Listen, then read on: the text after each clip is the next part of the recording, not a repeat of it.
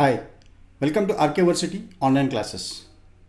In my previous lecture, I explained you how to calculate holding period return and daily return of a stock.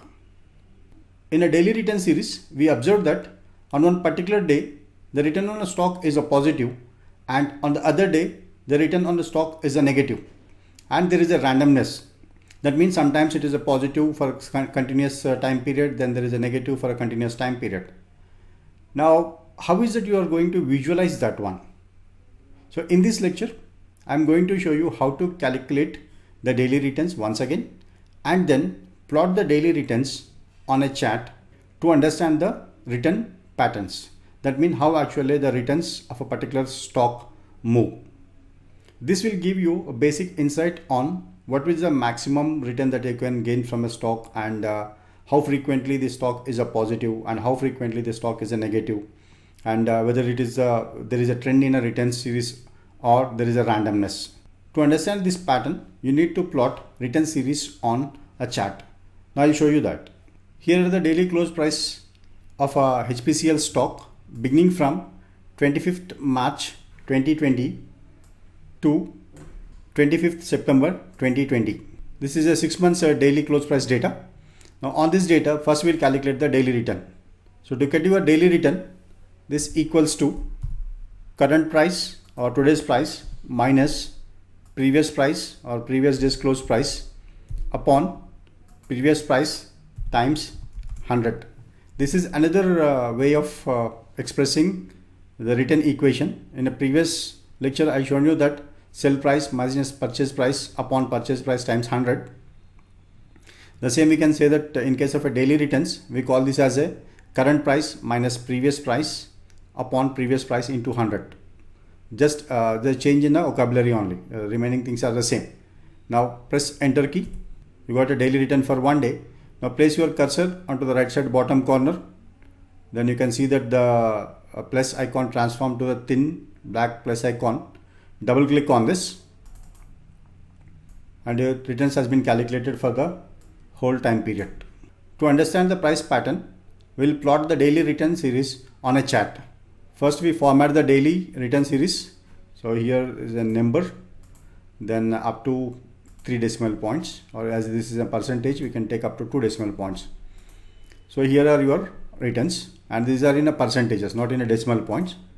Now select this one, starting from the first time period. Press end key and then down arrow, so your total data gets selected. Then click on insert. Then here in the charts, click on the down arrow to see all charts.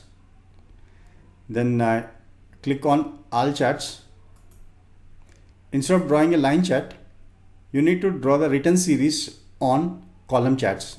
Close prices mostly we draw on a line charts, whereas a return series we draw on a column charts, because the column charts will give you more meaningful information than the line chart. So I'm selecting the clustered line chart, then click OK. The chart is ready. Just I'll expand this. Now observe, here are the return series.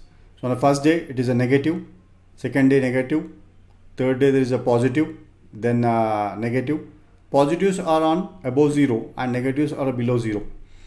And you see that there is no pattern in the return series. So sometimes it is very high and sometimes it is a very low. Alright, this we call as a randomness. In technical analysis or in stock analysis, we call this as a random walk theory or the randomness.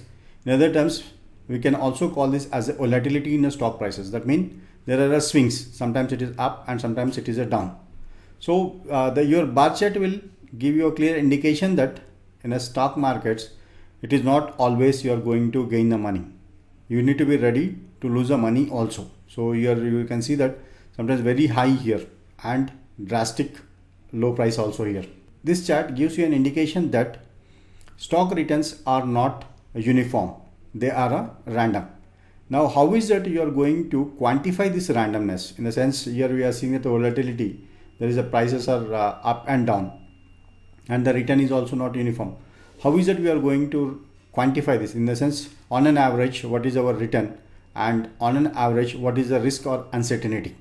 So in my next lecture, I am going to explain you how to quantify this randomness in a stock prices so that you can calculate what is the average return and what is the standard deviation, and you will learn how to interpret the return and a standard deviation.